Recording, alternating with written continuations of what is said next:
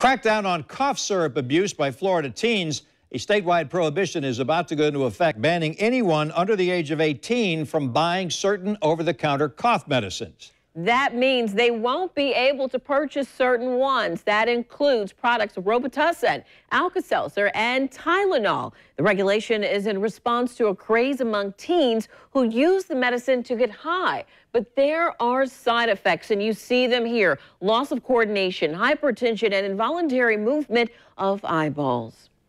Channel 4's Destiny McKeever spoke to a pharmacist about this new law and is joining us live. Destiny? Well, Tom, right now, these pharmacists are saying these items are very easily accessible. You can walk right up to a shelf and simply grab one. But this particular pharmacist says he'll have the items behind the counter starting January 1st. Dextromethorphan is a cough suppressant that's been around since the 1950s, and it's in a lot of popular over-the-counter medications. Gary Roberts, pharmacist of Roberts Pharmacy, knows the ins and outs of Senate Bill 938. It's a new law that goes into effect in the new year, putting restrictions on how much of the over-the-counter medicines like Robitussin, Tylenol, and NyQuil teens can purchase.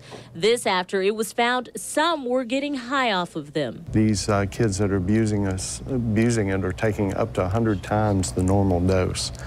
25 to 100 times the normal dose. We spoke with parents about the new law that aims to prevent overdoses. Some are against it. Following the age of 18, they should be allowed to do it without identification, although I know that you can't compare it to alcohol. Others say any law to protect their kids is good to them and should be implemented. The lawmakers are thinking about what's going to keep my children safe, and I agree. I don't want him buying medicine that he doesn't need when he gets older. Now, pharmacists are encouraging parents to pay close attention to your children's habits and monitor them. We'll have more information on how you can do so on our website at news4jax.com. Reporting live tonight, I'm Destiny McKeever, Channel 4, the local station.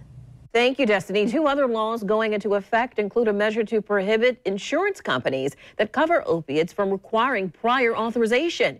Exceptions may still apply. The other measure allows financial institutions to designate locations where delivery can be made of documents such as subpoenas.